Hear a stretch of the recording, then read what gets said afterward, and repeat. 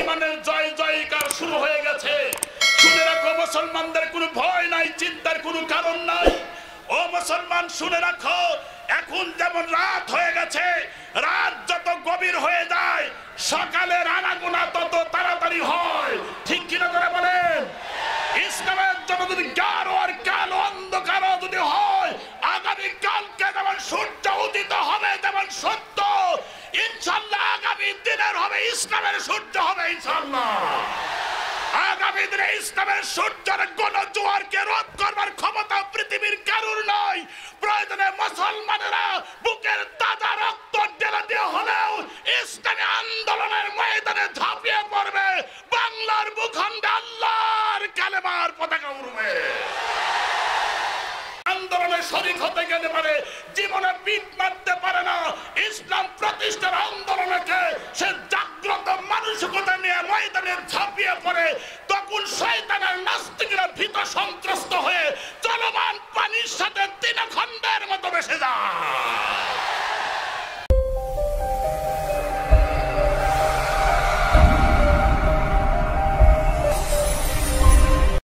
আমাদেরকে দুনিয়াবী কার্যকলাপ থেকে হেফাজত করে আল্লাহ প্রদত্ত কোরআনুল কারীমের মাহফিলে হাদিসের ভাষায় জান্নাতের বাগানে বসার জন্য সুযোগ করে দিলেন। এজন্য মহান মনিবের দরবারে হৃদয় থেকে শুকরিয়া আদায় করছি। আমরা সবাই পড়ছি আলহামদুলিল্লাহ। আমরা আজকে আলোচনা করব না, যেহেতু প্রধান মেহমানকে আমরা খুব তাড়াতাড়ি তুলে দিব।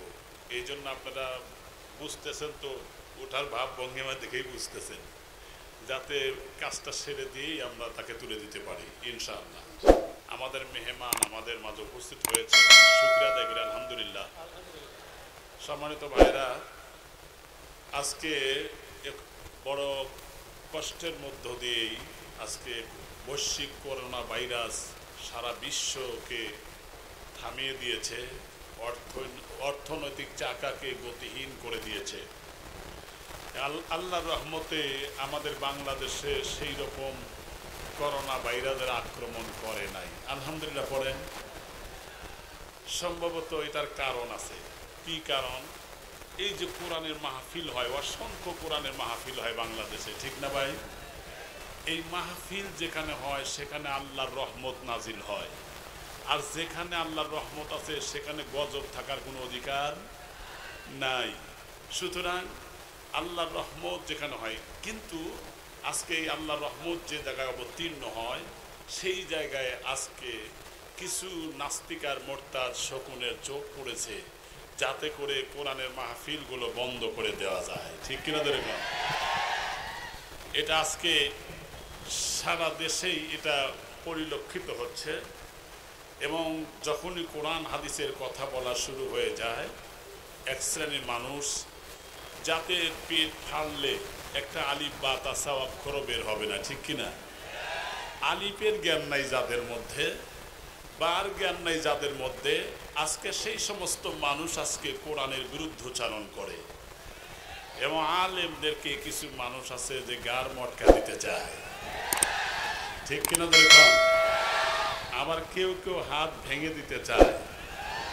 হয় চুপ থাকো, না হয় চুপ থাকো, কিছু কথা বলতে পারবা না, হাত ভেঙে দেওয়া হবে, অথবা তোমরা তোমাদের প্রিয় দেশ পাকিস্তানে চলে যাও।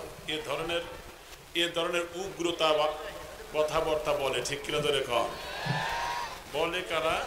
সরকারের চাকর। সরকারের চাকর, তার দায়িত্ব হচ্ছে জনগণের জান আর মালের নিরাপত্তা দেওয়া, ঠিক কিনা ধরে কম। তাদেরকে কখনোই জনগণের হাত ভেঙে দেওয়ার অধিকার দেওয়া হয় নাই।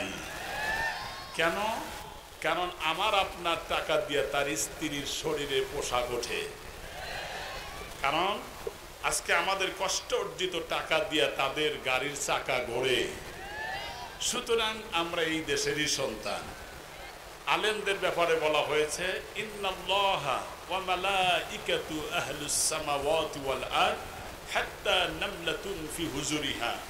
রাসূল বলেছেন যে আকাশের ফেরেশতারা, এমনকি জমিনে যা আছে, হাত্তা নামলাতুন নামলাতুন শব্দটা হলো পিপিলিকা, মানে পিঁপড়া।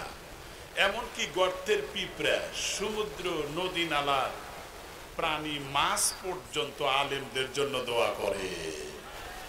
অথচ এক শ্রেণীর মানুষ আছে যারা আলেমদের কণ্ঠ স্তব্ধ করে দিতে চায়, ঠিক কিনা দেখুন।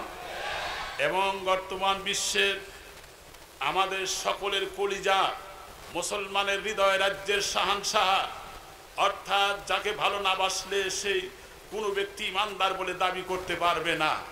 লা ইউমিনু আহাদুকুম হাত্তা কুনা হাব্বা ইলাইহি মিন ওয়ালিদিহি ওয়া ওয়ালাদিহি ওয়ান নাসি আজমাইন।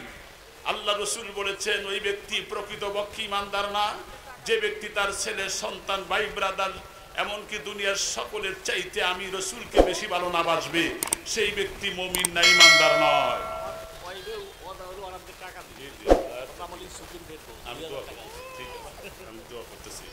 সম্মানিত ভাইরা, তাহলে আজকে সেই আমাদের ইমান, আমাদের কলিজার টুকরা, যাকে ভালো না বাসলে ইমানদার হতে পারবো না, সেই মানুষটাকে আজকে নাস্তিক আর মোরতাদরা রীতিমতো গালি দিয়ে যাচ্ছে, ঠিক কিনা দেখুন।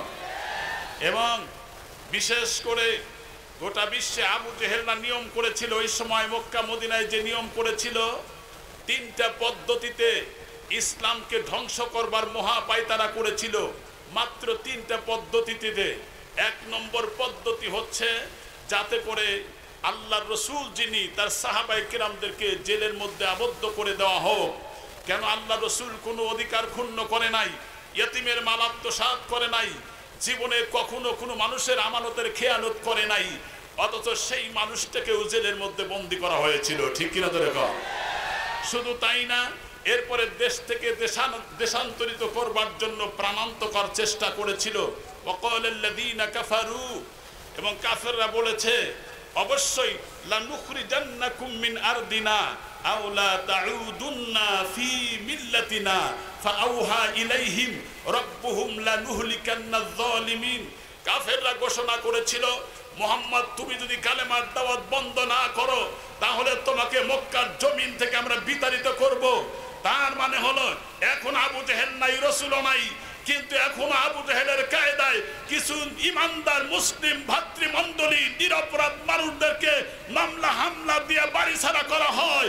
সুতরাং আবু জেহেল যেই কায়দায় ইসলামকে দমাবার জন্য চেষ্টা করেছে, এখনো যারা ইসলামকে মিটিয়ে দেওয়ার জন্য ষড়যন্ত্র করবে, এখান থেকে দায়িত্বহীন করতে ঘোষণা করতে চাই, মুসলমান যদি একবার হুঙ্কার দেয় বদরি সাহাবীদের মতো, তাহলে বাংলার ভূখণ্ডে নাস্তিকের মর্তদে থাকার কোনো অধিকার হবে না, হবে না।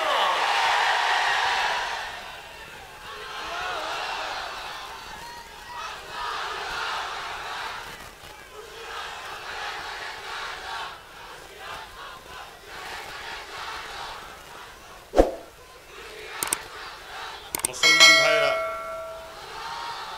আমার মুসলমান ভাইরা, শুধু তাই না, আল্লাহ রাসূলকে হত্যা করবার জন্য গভীর ষড়যন্ত্রে নীল নকশা এঁকেছিল কাফেরেরা, ঠিক কিনা ধরে কন।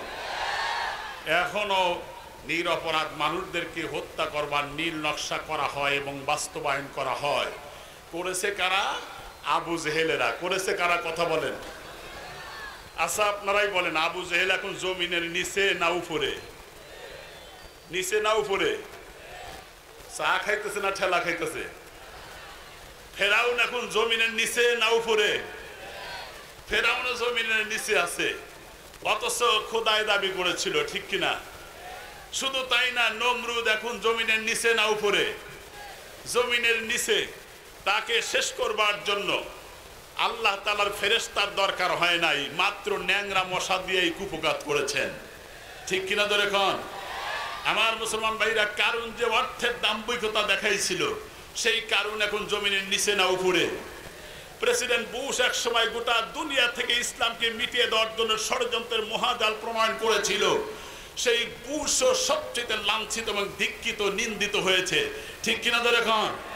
আমার মুসলমান ভাইরা, এই জন্য কোরআনুল কারীমের সূরা কলমের ভিতরে আল্লাহ পাক বলেছেন, মানাইল লিল খায়র, যারা ভালো কাজে বাধা দেয়, যারা কোরআনের কাজে বাধা দেয়, দ্বীনের কাজে যারা বাধা দেয়, ইসলামের দাওয়াতের ক্ষেত্রে যারা বাধাগ্রস্ত করে, শুনে রাখো উলামায়ে কেরামের ইসলামী কণ্ঠকে স্তব্ধ করে দেওয়ার জন্য যত ষড়যন্ত্রই করা হোক না কেন, শুনে রাখো উতুল্লিম বাদা যালিকা জানিম, যারা কোরআনের বিরুদ্ধাচরণ করে, আলেমদের বিরুদ্ধাচরণ করে, তারা হলো অবৈধ সন্তান, তারা হলো জারজ সন্তান। আমার মুসলমান ভাইরা, এটা আমার কথা বলি না, এটা কোরআনের কথা। কিসের কথা? ওয়াজ করব না, একটা কথা বলেই আমি টাকা নিচ্ছি। ওয়াজ বহু শোনেন আমার, কিন্তু আজকে দুরাগত মেহমানের ওয়াজ শোনাবো। মুসলমান ভাইরা, তাহলে রসুলকে ভালো না বাসলে, রসুলকে যদি কেউ চরিত্রের উপরে কালিমা লিপন করে, যদি চরিত্রকে উপরে দোষারোপ করে, যদি নারী লোভী বলে, তাহলে আপনার ভিতরে প্রতিবাদের আগুন জ্বলবে কিনা?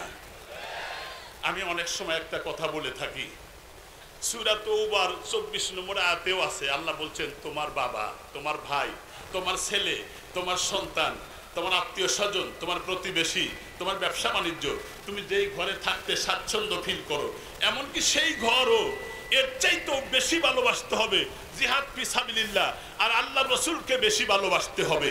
তা যদি না ভালোবাসো, তুমি ইমানের দাবিতে কখনো ইমানদার হতে পারবা না। সেই জন্য মুসলমান ভাইরা, এই আবু বকরের মতো মানুষ, যিনি ছিলেন পাহাড়ের মতো একেবারে দৃঢ়তা নিয়ে, পাহাড়ের মতো ধৈর্যশীল ছিলেন যে আবু বকর রাদিয়াল্লাহু তাআলা আনহু, সেই মানুষটাও যার ব্যাপারে খুতবার ভিতরে বলা হয় আরহামহুম আবু বকর সিদ্দিক রাদিয়াল্লাহু তাআলা আনহু, তিনি হচ্ছেন দয়ার সাগর। আর আসাদহুম আমিরুল মুমিনিন ওমর ইবনুল খাত্তাব, আর ওমরের ব্যাপারে বলা হয় তিনি একটু শক্ত মনের অধিকারী ছিলেন, বেশি শক্ত ছিলেন। জীবনে কখনো আবু বকর প্রতিশোধে বিশ্বাসী ছিলেন না। যাকে বলা হয় সেকেন্ড ম্যান, মানে রসুলের পরেই হলো আবু বকরের স্থান, তাকে বলা হয় সেকেন্ড ম্যান। সেই ব্যক্তিও একদিন ইহুদিদের একটা পাঠশালায় ঢুকে তিনি দেখলেন ইহুদিরা কি যেন পড়াইতেছে। আবু বকর বলেন এই সুযোগে আমি তাকে কালেমার দাওয়াত দেই। মুসলমান ভাইরা, আমার বাবাজিরা, আবু বকর ভিতরে ঢুকেই কালেমার দাওয়াতের কথা বললেন। মুহূর্তের মধ্যে কথা বলার সঙ্গে সঙ্গে ডাক দিয়ে বলল, ইহুদি তোমার আল্লাহর দিকে কেন যাব? কারণ তোমার আল্লাহ হত দরিদ্র অসহায়, তিনি হলো গরিব, তিনি হলো দুস্থ। তোমার আল্লাহ টাকা চেয়েছেন, ইয়াকুরুদুল্লাহু করদান হাসানা, কর্জ চেয়েছে। তোমার আল্লাহ গরিব, অসহায়, হত দরিদ্র, নিরুপায়। এ কথা বলার সঙ্গে সঙ্গে আবু বকরের মতো মানুষটাও তিনি রাগান্বিত হয়ে সেই ইহুদিকে চপেটাঘাত করা হয়েছে। মুসলমান ভাইরা আমার, এত জোরে চপেটাঘাত করা হয়েছে, যিনি ছিলেন ধৈর্যের পাহাড়, সেই মানুষটাও যখন চপেটাঘাত করলেন, ইহুদি চিন্তা করলেন বিচার কার কাছে দেওয়া যায়। বিচারের জন্য চলে গেলেন আল্লাহ রসুলের কাছে। তার ধারণা ছিল ইনসাফওয়ালা বিচারক হলো বিশ্ব নবী সাল্লাল্লাহু আলাইহি সাল্লাম। সেই জায়গায় চলে গেলেন আর বললেন, আবু বকর আমারে আঘাত করেছে। আবু বকর হবে না, নিশ্চয়ই ওমর হবে। কারণ আবু বকরের ব্যাপারে বিশ্বাস করতে পারছিলেন না।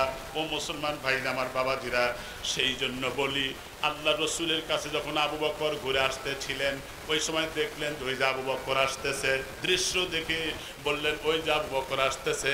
রসুল বলেন, আবু বকর তুমি কি মেরেছো নাকি? কয় হ্যাঁ আমি মেরেছি। ইহুদি অভিযোগ করেছে। ইহুদিকে কেন মানলাম তারে জিজ্ঞাসা করেন। ইহুদি তখন মিথ্যার আশ্রয় নেয়। আল্লাহ রসুল ডাকতে বলেন, আবু বকরে তোমার পক্ষে তো কোনো সাক্ষী নাই, তাহলে কি করে বিচার আমি করব? বললেন, আমার পক্ষে সাক্ষী নাই। এমন সময় আল্লাহ পাক জিব্রাইলের মাধ্যমে ওহী দিয়ে পাঠায় দিলেন, যাও জিব্রাইল, আল্লাহ সাক্ষী আছে আবু বকরের পক্ষে। আল্লাহ আমি জিব্রাইল দুজনই সাক্ষী আছি। জোরে বলেন সুবহানাল্লাহ। মুসলমান ভাইরা, সেই মসজিদ, যেই মসজিদে আমার ভাইরা মানুষ ইবাদত করবে, হাদিস শরীফে আসছে as-সাদাকাতু তারুদ্দুল বালা, দান খয়রাত করলে আল্লাহ বালা মুসিবত দূর করে দিবে। as-সাকিউ হাবিবুল্লাহ, যারা দান করে তারা আল্লাহর প্রিয় বন্ধু। করিবুম মিনাল জান্নাহ বাঈদুম মিনান নার, জান্নাতের নিকটবর্তী, জাহান্নাম থেকে দূরে। as-সাদাকাতু তারুদ্দুল বালা, আল্লাহ তাআলা দান খয়রাত করলে বালা মুসিবত দূর করে